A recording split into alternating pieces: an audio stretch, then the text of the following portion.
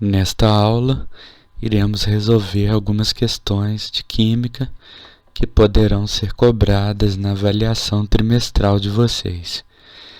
Vamos fazer da seguinte forma. Primeiro eu vou ler a atividade com vocês. Vocês vão parar o vídeo e tentar resolver. Resolvam na folha. Depois vocês reiniciem o vídeo e verifiquem se a resposta de vocês está correta. Tá ok? O primeiro exercício será de ligações químicas. Nós vimos em nossas aulas que existem 3 tipos de ligações químicas. Iônica, que é a ligação mais forte, covalente e metálica. Então, o desafio de vocês neste exercício 1 será vocês identificarem os tipos de ligação química estudados, sejam iônicas, covalentes ou metálicas, das seguintes espécies químicas abaixo. Então, observem bem a estrutura química, a fórmula química de cada composto e tentem resolver, tá? Depois que vocês concluírem, vocês reiniciam o vídeo e verifiquem a resolução na próxima página. Vamos ver a resolução então do exercício 1.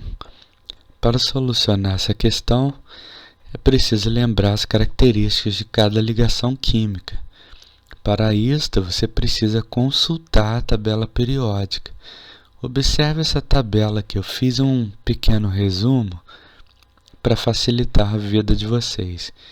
Se vocês gravarem bem essas relações aqui, quando acontece a ligação iônica, covalente e metálica, já é meio caminho andado. Então, tipo de ligação iônica. Quais são as características principais da ligação iônica? A ligação iônica é a ligação mais forte, e nela ocorrem perdas e ganhos de elétrons. Então é aquela ligação em que vai haver perdas ou ganhos de elétrons. Se o elemento for mais eletronegativo, ele vai tomar elétrons da camada de valência de outro átomo menos eletronegativo para estabilizar-se, né? Para atingir a estabilidade química. Vocês devem se recordar da regra do octeto, hein? Em que a camada de valência, que é a última camada que um átomo possui, precisa completar 8 elétrons em sua órbita, com exceção de alguns elementos, como hidrogênio. Então, quais são as combinações em que ocorre a ligação iônica? Metal com ametal e metal com hidrogênio. Então, vocês vão verificar na tabela periódica, tenham em mãos quando vocês forem fazer a prova, se o elemento representado na fórmula química, se ele é metal a metal ou se ele é metal hidrogênio. Se for essa combinação, essas duas combinações, nós temos a ligação iônica, ok? Já a ligação covalente é aquela em que ocorre o compartilhamento de elétrons entre 2 ou mais átomos. Neste caso, não há perdas ou ganhos de elétrons, e sim compartilhamento. Quando que ela ocorre? Entre um ametal mais outra ametal, ou entre um ametal mais hidrogênio.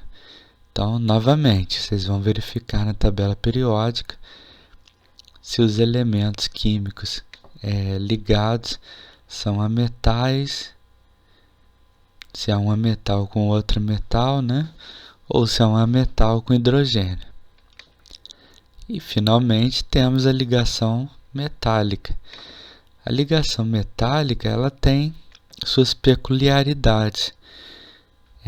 Se vocês se recordarem da videoaula sobre ligações químicas, vocês vão observar que na ligação metálica ocorre o que nós chamamos de mar de elétrons, em que os elétrons eles passam a não ter um dono único, né? Vamos dizer assim.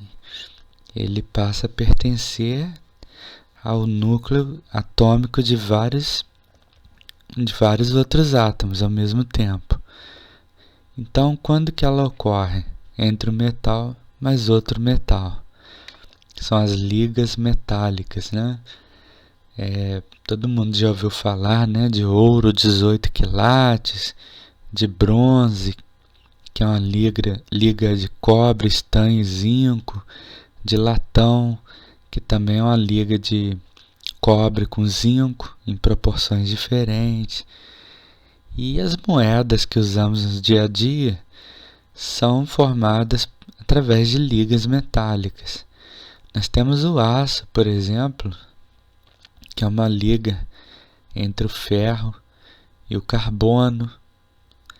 Nós temos ligas de cobre e prata, de níquel, enfim. Existem várias combinações diferentes e diferentes possibilidades.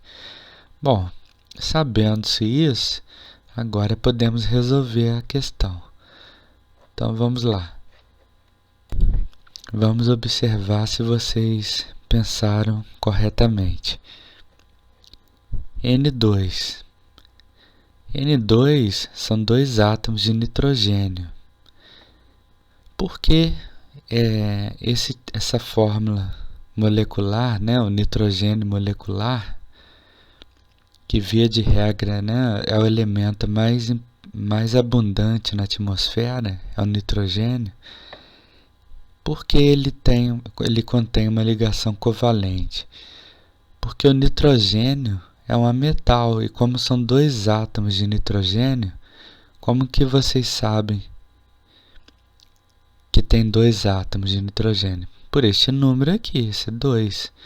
Então, esse 2 indica que há a ligação entre dois átomos de nitrogênio. Então, é um metal mais outro metal. Vamos conferir na tabela periódica? Aqui está o nitrogênio. O nitrogênio é um metal. Ele está localizado no grupo dos ametais da tabela periódica, como vocês podem ver na legenda. Ametais e não metais são sinônimos, significa a mesma coisa, tá? Então, temos a ligação covalente, dois átomos de nitrogênio. Vamos ver agora a letra B. Temos o cloreto de magnésio. Aqui temos uma ligação iônica. Por quê? Porque o magnésio é um metal e o cloro é um ametal. Como que vocês podem saber disso? Verificando na tabela periódica. Tenham sempre em mãos e consultem.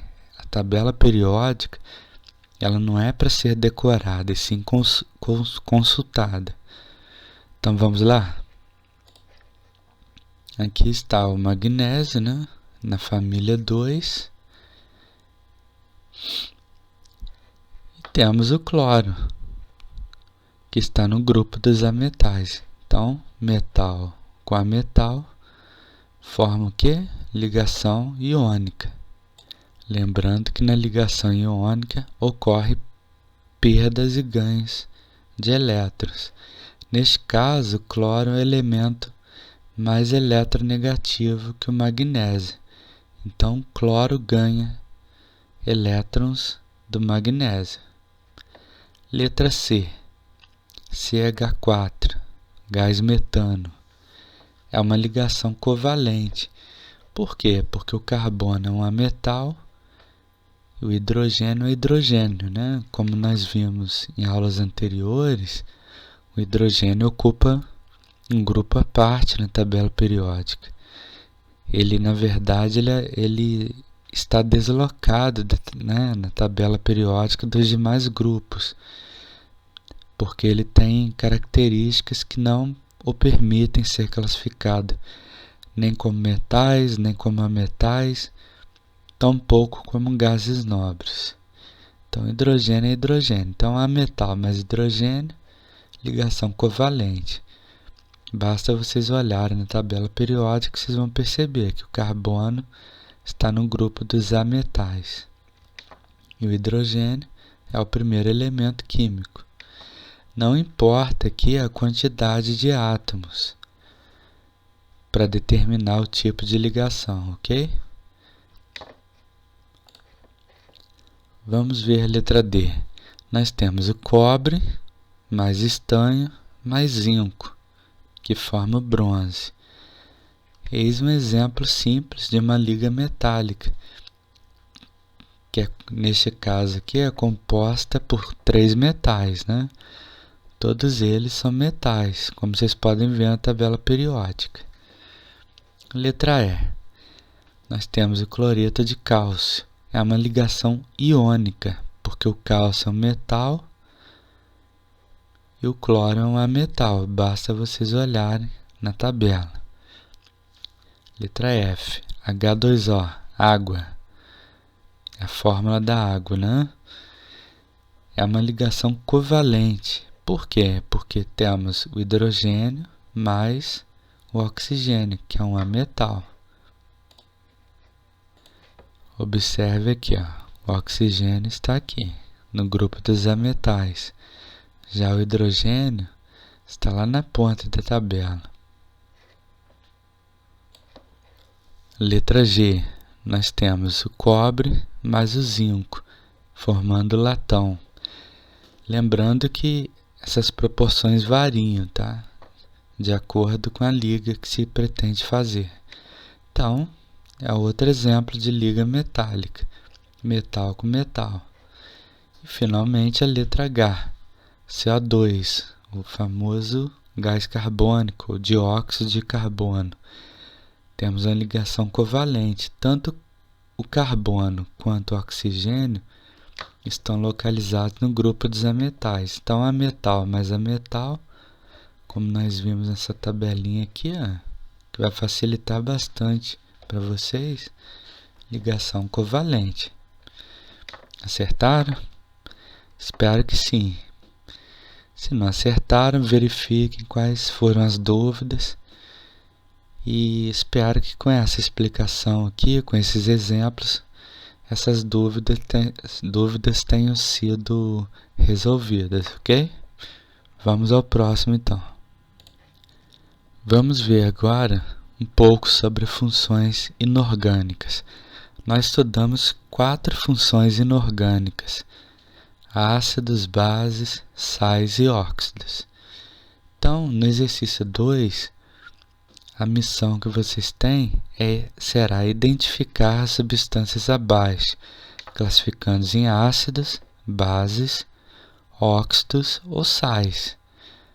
Então, vocês estão observando aqui, né, várias espécies químicas, vários compostos.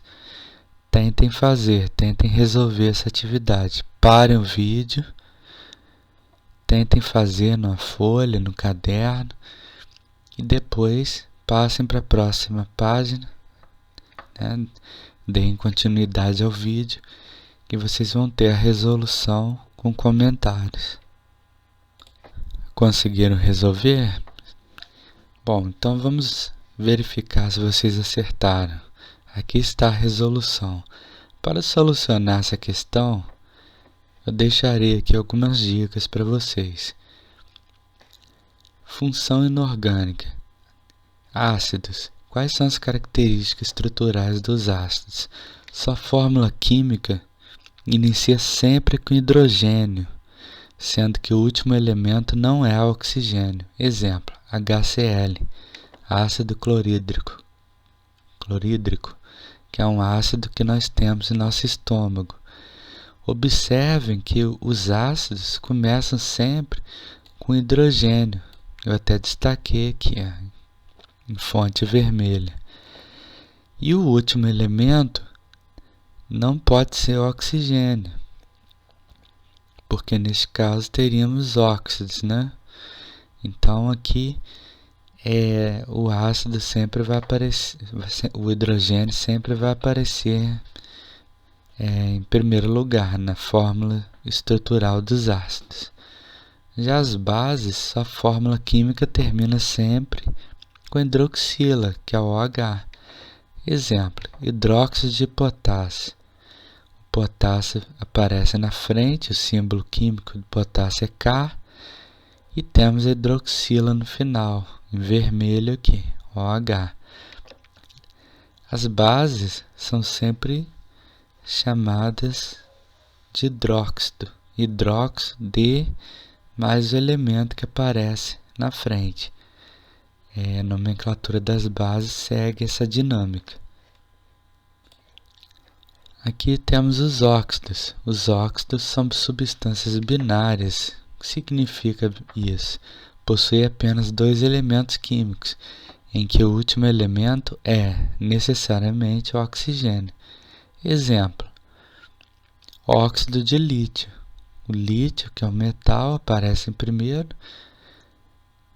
e o oxigênio aparece por último. Como se trata de um óxido iônico, a quantidade de átomos de lítio não vai interferir na nomenclatura. Mais à frente veremos exercício específico para nomear os óxidos e veremos a diferença entre os óxidos iônicos e os óxidos moleculares. Mas por hora basta você saber, os óxidos são formados por dois elementos químicos só.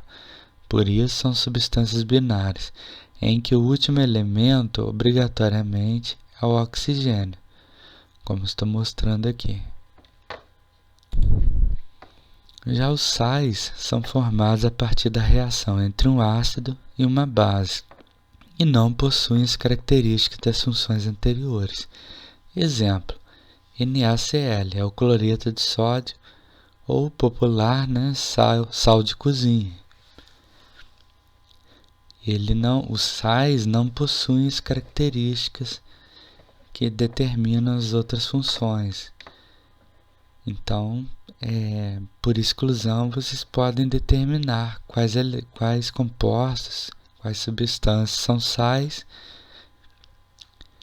e diferenciá-los das demais funções inorgânicas, ok? Então, vamos à resolução finalmente.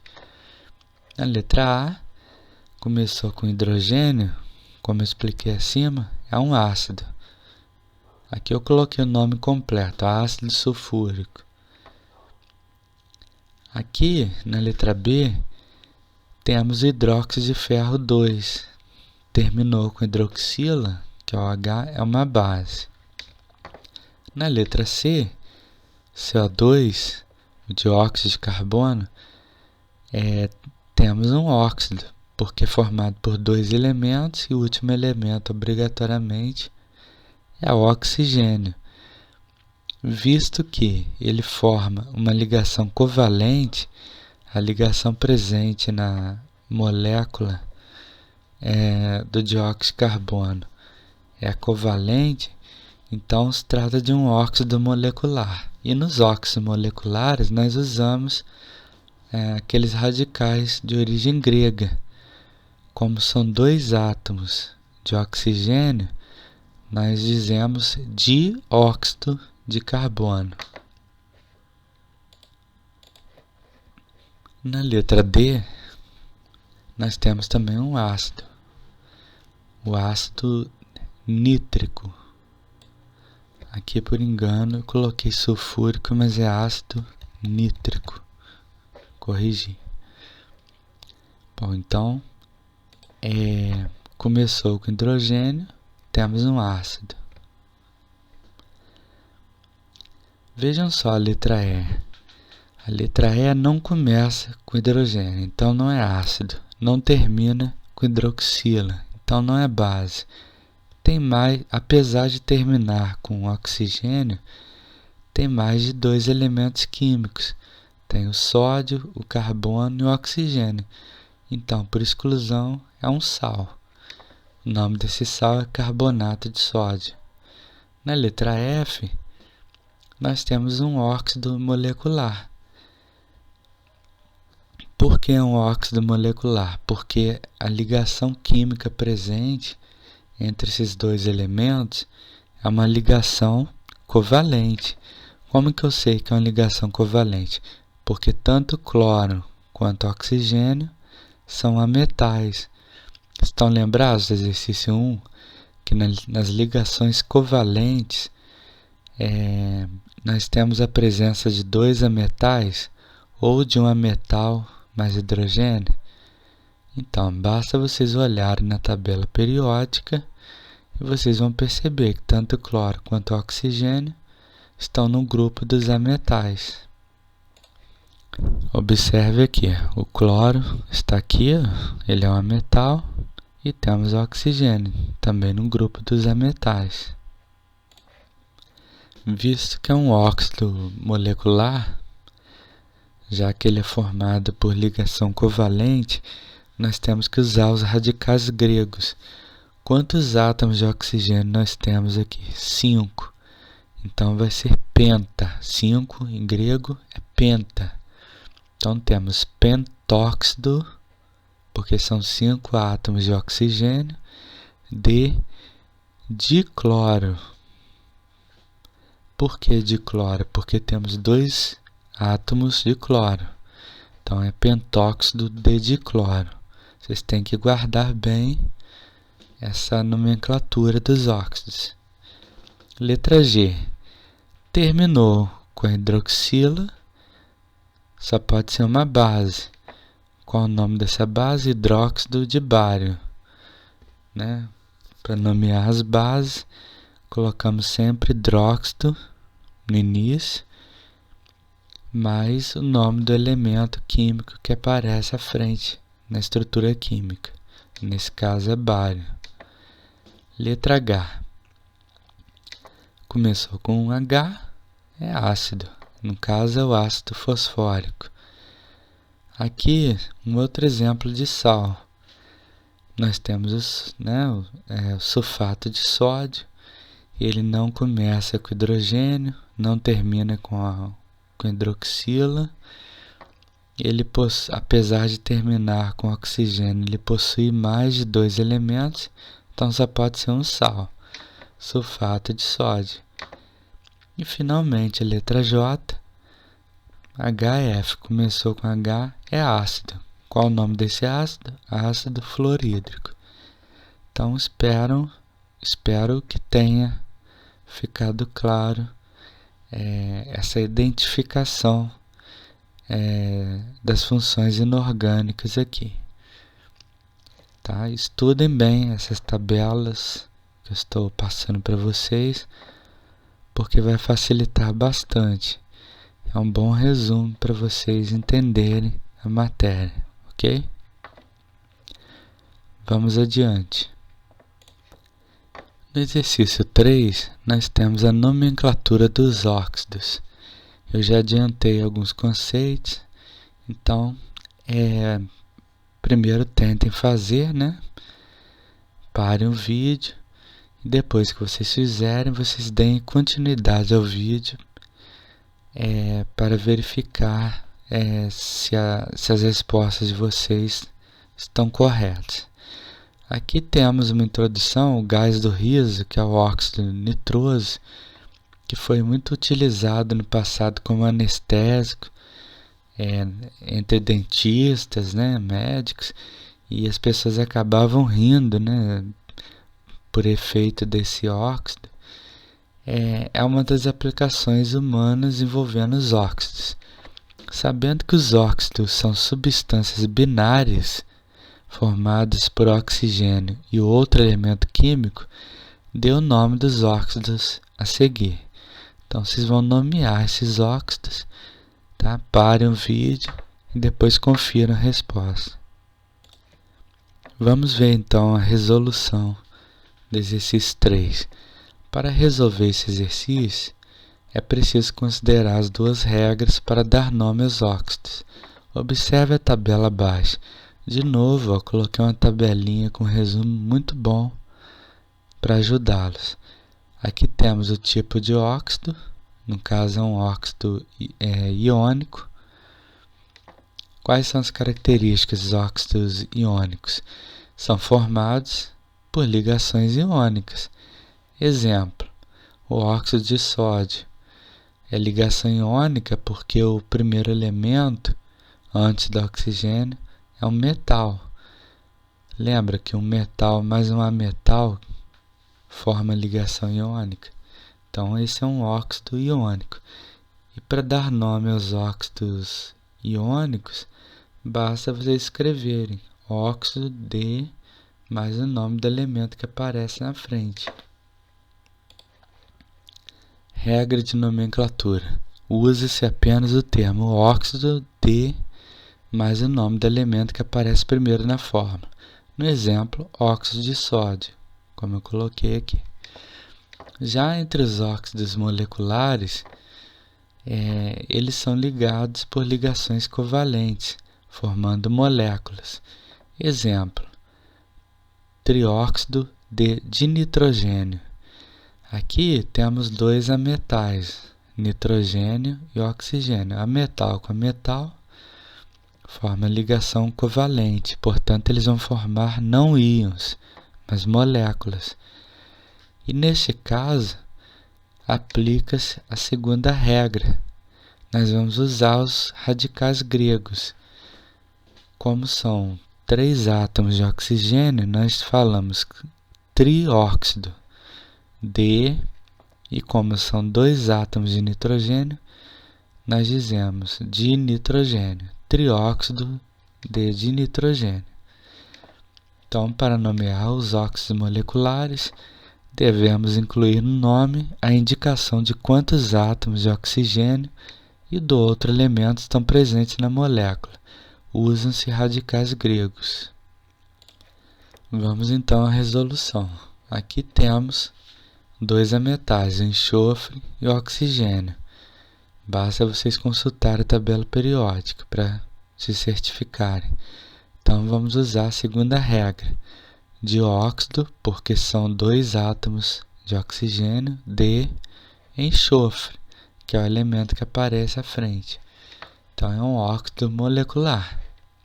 Então vocês vão aplicar a segunda regra para nomear óxidos moleculares.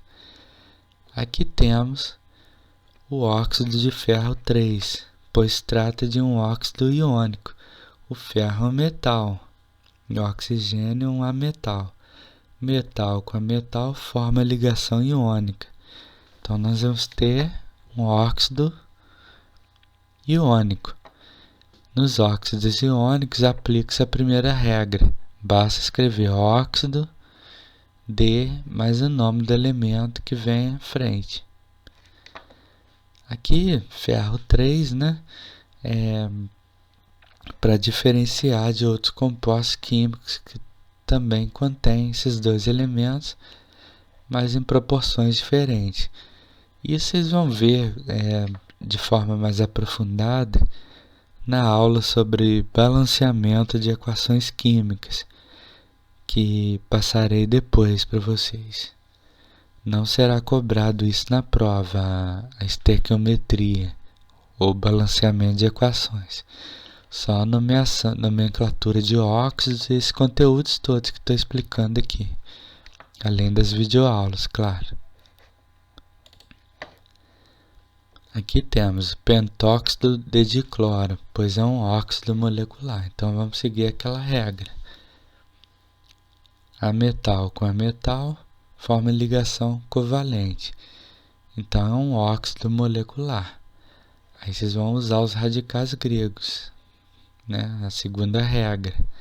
Pentóxido porque são 5 oxigênios, de dicloro porque são 2 átomos de cloro. Aqui temos o óxido de alumínio, pois é um óxido iônico. Então não importa nesse caso a quantidade de átomos, uma vez que o alumínio é um metal e o oxigênio é um ametal, nós temos uma ligação iônica. Então chamamos esse óxido simplesmente de óxido de alumínio. CO2, aplicação da segunda regra. É um óxido molecular, a metal mais a metal, que faz ligação covalente. Então vai ser dióxido de carbono, né, o conhecido gás carbônico, vilão da atmosfera, né, em termos, né, porque o aumento de emissões de gás carbônico tem amplificado o efeito estufa da Terra, causando o aquecimento global. Temos aqui o monóxido de carbono, 2 ametais. Então é um óxido molecular, mono porque é um só, né? É um só átomo de oxigênio, de carbono, que é o elemento que aparece à frente. Esse gás também é liberado por veículos e ele é muito perigoso se for inalado em ambientes fechados, principalmente, porque ele forma um composto estável com a hemoglobina do sangue, a carbohemoglobina, que pode causar morte por asfixia. Então é muito perigoso ficar numa garagem fechada com o carro ligado, porque esse gás é liberado através de combustão incompleta de veículos, ok? Então é preciso ter muito cuidado. E para finalizar o exercício 3, temos o hexóxido de dicloro, pois é um óxido molecular, colocando a segunda regra em pauta, né? Então espero que tenha acertado. Se erraram, busquem saber onde vocês erraram, quais as dúvidas. Não deixe essas dúvidas se acumularem e vamos adiante. Vamos ver um exercício muito interessante sobre indicadores ácidos e bases que eu elaborei e apliquei em provas anteriores para turmas de 9º ano. Um aquarista amador comprou um aquário de 1.240 litros e uma de suas principais dúvidas seria escolher quais espécies de peixes poderia criar. Segundo informações que ele coletou de criadores e também através de pesquisa na internet, o potencial hidrogeniônico de água, que é o pH, era uma questão relevante para a sobrevivência e manutenção do seu criadouro. Então, o pH da água era um fator, né, uma variável importantíssima, para saber se ele poderia ou não criar determinadas espécies de peixe, ou que condições ele deveria favorecer para criar, né, essas espécies. Para facilitar sua escolha, ele fez a seguinte tabela, com informações sobre espécies ornamentais mais criadas e também o pH em que estão adaptados. Então, ele montou essa tabela com o nome das espécies e o pH, a variação, né, de pH em que essas espécies sobrevivem, são capazes de se adaptar, de sobreviver. Então temos aqui Trichogaster leri, cuja variação de pH é de 6,8 a 7,2. Temos o Plate de 7 a 7,2, o peixe paulistinho, muito famoso. Ele é listrado, que vive em pH neutro e assim vai. Acará, né? O gupe, peixe gupe, o lebiste, que vive em pH entre 7 a 7,5. O peixe japonês, pH 7. Então vamos lá, vamos à primeira pergunta. Considerando-se apenas os valores de pH, sem levar em conta outras variáveis como condições de temperatura, tamanho do aquário e presença de plantas aquáticas, quais espécies poderiam ser escolhidas pelo criador caso ele desejasse apenas peixes de características neutras ou alcalinas, que é sinônimo de básicas, né, em seu aquário. Então ele só quer peixes que capazes de viver, né, em condições de pH neutro a básico. Bom, vamos então analisar, né? Vou deixar que vocês pensem, tentem resolver. Vamos para o segundo item dessa questão. B. Suponha que o aquarista tenha escolhido peixes adaptados a condições básicas de alcalinidade e tenha iniciado sua criação. Certo dia, ao aferir, ou seja, ao medir o pH do aquário com kit de teste pH vendido em lojas especializadas, ele constatou que a água estava com pH inferior a 7. Neste caso, o que ele deve fazer para corrigir o pH e torná-lo adequado à sobrevivência dos peixes? Ele deve aplicar um ácido forte, conferindo maior estabilidade ao sistema? B. Deve utilizar uma solução que faça pH ser inferior a 7, visto que soluções ácidas possuem pH superior a 7? C. Deve utilizar alguma substância alcalina, como hidróxido de cálcio, que é uma base, ou algum sal, como cloreto de cálcio, aumentando o pH do meio? Ou D. Não deve aplicar nenhuma substância, pois o pH do aquário se estabiliza sozinho e sua queda não mata os peixes. Então, parem o vídeo, pensem, reflitam, analisem a tabela, lembre-se dos conceitos que nós vimos sobre a escala de pH e depois vejam a resolução da questão. Bom, para solucionar essas questões sobre indicadores de ácido e base, é preciso recordarmos o funcionamento da escala de pH, que é o potencial hidrogeniônico, uma espécie de régua logarítmica.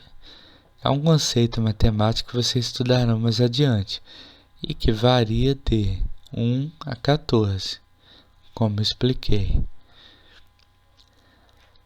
Aqui podemos incluir o zero, né? Mas de forma geral, né? Podemos considerar de 1 a 14. Porque é muito raro, né? Uma substância tão ácida que chegue a zero. Bom, temos então aqui esse intervalo entre 0 a 6,9 aproximadamente, temos substâncias ácidas. Quando o pH é 7, ele é considerado neutro. E finalmente 7,1 a 14, nós temos substâncias com pH básico ou alcalino. De novo a escala com alguns exemplos, né, de substâncias ácidas, básicas e neutras. A saliva, por exemplo, é uma substância neutra. Já o amoníaco comercial, ele é extremamente básico, como vocês estão vendo aqui, né? Temos o sangue humano, temos o sumo de tomate, que é ácido, né? Temos o suco gástrico do estômago, que é extremamente ácido, e assim por diante. Temos que olhar aqui, ó, pH, tá? Essa escala aqui. A de cima é a escala, a outra escala. Bom, então vamos lá. Resolução. Tendo em vista as considerações acima e a explicação do funcionamento básico da escala de pH, podemos resolver as questões propostas. Então, no item A, são as espécies 2, 6, 8, 9 e 10 que sobrevivem, né, são exclusivas de ambientes com pH neutro ou básico ou alcalino. Essas espécies não se adaptam em pHs, em valores de pH, né, inferiores a 7, ok? Então, alternativa B. Aqui já está a explicação. Elas são exclusivamente adaptadas a ambientes aquáticos de características neutras ou básicas. Outras espécies possuem intervalo de características de acidez e basicidade maior, podendo inclusive sobreviverem em ambientes aquáticos ligeiramente ácidos. Já na letra B, o que o aquarista deve fazer para corrigir o pH? Ele percebeu que a água do aquário dele estava com pH inferior a 7. Ora, nós vimos na escala que pH inferior a 7 é o quê? É ácido. A substância é ácida. Então ele percebeu que a água estava ácida. E ele não quer criar peixes adaptados a um pH ácido, e sim neutro ou básico. Então, o que ele deve fazer para resolver o problema e evitando assim a morte dos peixes? Se ele aplicar um ácido forte, ele não vai estabilizar o sistema, pelo contrário, ele vai tornar a água do aquário cada vez mais ácida. Então a A está descartada. A B, ele deve utilizar uma solução que faça o pH ser inferior a 7, visto que soluções ácidas possuem pH superior a 7? Não, pelo contrário. Nós temos em vista que pH inferior a 7 se refere a substâncias ácidas. C, ele deve utilizar alguma substância alcalina ou básica, como hidróxido de cálcio, base, ou algum sal, como cloreto de cálcio, aumentando o pH do meio? Correto. Ele vai adicionar uma substância básica ou alcalina, ou mesmo sal, para poder aumentar o pH do meio e torná-lo neutro ou básico. A D também pode ser descartada porque o ambiente, né, a água não vai se estabilizar sozinho. Então estão resolvidas as questões, né, os itens da questão 4. Vamos então adiante. Número 5. Vamos recordar aqui sobre as reações químicas. Aqui eu estou pedindo para vocês classificar as reações químicas abaixo de acordo com a sua tipologia. Ou seja, vocês devem informar se a reação é de decomposição, se é de simples troca ou deslocamento, se é de síntese ou adição, ou então se há uma reação de dupla troca. Então vocês têm aqui várias fórmulas químicas. Tentem resolver, tá? Observem bem a estrutura de cada reação. O que acontece? Vocês têm que lembrar que tudo que vem antes da seta é chamado de reagente, e tudo que vem depois da seta é chamado de produto. É como se fosse um bolo. Você vai fazer um bolo, vai misturar vários ingredientes, vai produzir uma coisa nova, correto? Pare o vídeo e depois continue. Depois que vocês fizerem, deem continuidade ao vídeo para conferir se a resposta está correta. Vamos ver então a resolução. Nós temos aqui uma reação de simples troca entre o cobre e o nitrato de prata, que são os reagentes, formando então nitrato de cobre e prata. Então é uma reação de simples troca. Vocês perceberam aqui que a posição, né, do nitrato mudou. Antes o cobre estava isolado, sozinho. Ele juntou-se ao nitrato, formando nitrato de cobre. Por outro lado, o nitrato de prata, visto que o nitrato se deslocou e ligou-se ao cobre, a prata ficou sozinha. Então, a reação de simples troca, tá? O deslocamento. No exemplo 2, nós temos carbono mais oxigênio forma gás carbônico.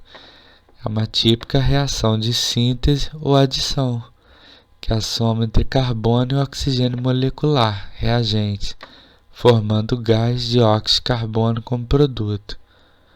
Então, as duas substâncias, né, o átomo de carbono mais oxigênio molecular, que é o gás que respiramos, foram unidos para formar gás carbônico, CO2. Nós temos essa reação aqui, reação de dupla troca. Observe que a reação entre o nitrato de chumbo mais o iodeto de sódio, que é um I, tá? Formam como produtos o nitrato de sódio e o iodeto de chumbo.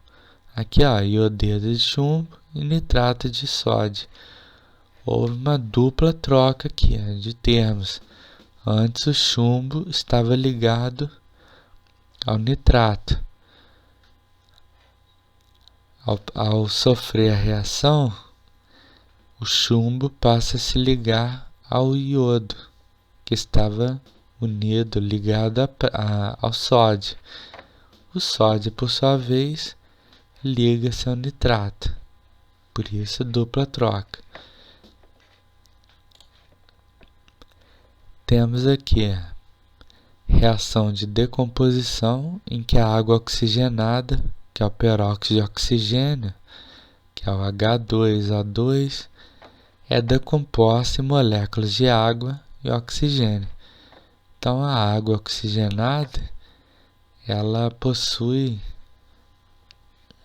2 átomos de oxigênio também, por isso o nome, água oxigenada, diferente da fórmula da água comum, que é H2O, só possui 1 átomo de oxigênio e 2 de hidrogênio. É uma reação de decomposição, porque ela foi o que? Decomposta em 2 outras substâncias. Temos reação de dupla troca aqui também. O ácido clorídrico, ele reagiu com hidróxido de sódio, que é uma base, né? E formou um sal, cloreto de sódio, que é o sal de cozinha, mais a água. Aqui temos o óxido de cálcio mais a água, que formou o hidróxido de cálcio. Então, temos aqui uma reação de síntese ou adição, que é a soma entre o óxido de cálcio e água, reagente, formando hidróxido de cálcio. E, finalmente, temos aqui uma reação de simples troca, que é a reação entre sulfeto de ferro e cálcio, que são os reagentes, para formar ferro e sulfeto de cálcio.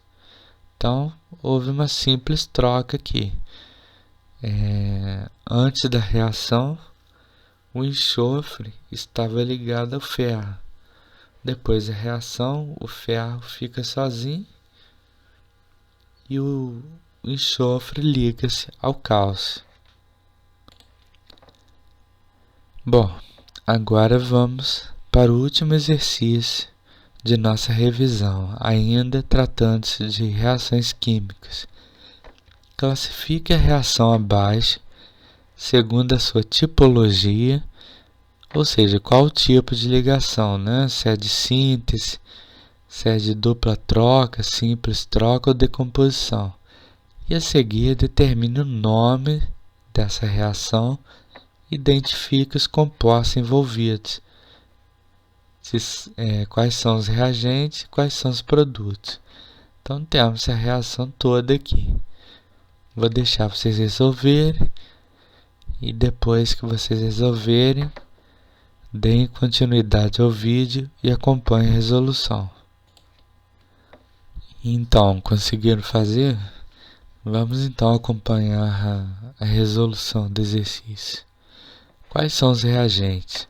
O ácido nítrico, um ácido, lembra-se? Porque começa com H, com hidrogênio, mais uma base, que é o hidróxido de magnésio.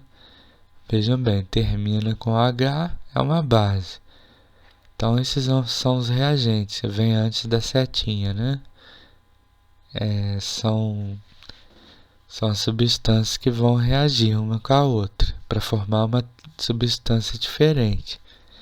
Lembrando que na natureza, como dizia Lavoisier, nada se cria, nada se perde, tudo se transforma. É o que ocorreu aqui. Duas substâncias se uniram, reagiram entre si para formarem substâncias diferentes. Quais são os produtos? Água, o monóxido de hidrogênio, é um nome pouco conhecido para a água, né? E temos o nitrato de magnésio, que é um sal neutro. Vejam bem. Tipo de reação. Trata-se de uma reação de dupla troca, conforme se depreende pela troca de posição dos compostos químicos de cada equação. Então, uma reação de dupla troca. Houve aqui o nitrato que estava ligado ao hidrogênio passa a ligar-se ao magnésio, depois da reação. Enquanto que a hidroxila que estava ligada ao magnésio liga-se ao hidrogênio, formando água. Finalmente, temos o nome da reação.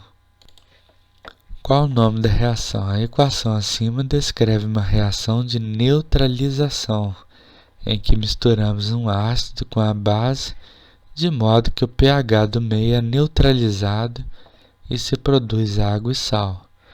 O ácido libera no meio cátions H+, que se unem aos ânions OH-, liberados pela base. E com isso formam-se as moléculas de água. O sal é formado pela união do ânion do ácido com o cátion da base. Só recordando, nossa aula sobre os íons e ligações químicas, que os ânions são íons eletricamente negativos e os cátions são íons eletricamente positivos. Ou seja, os cátions possuem mais prótons que elétrons, porque neste caso houve perda de elétrons. Já os ânions possuem mais elétrons do que prótons, porque houve ganho de elétrons, ok? Então, quando se mistura um ácido com a base, nós temos uma reação de neutralização. O que produzimos com isso? Água e sal.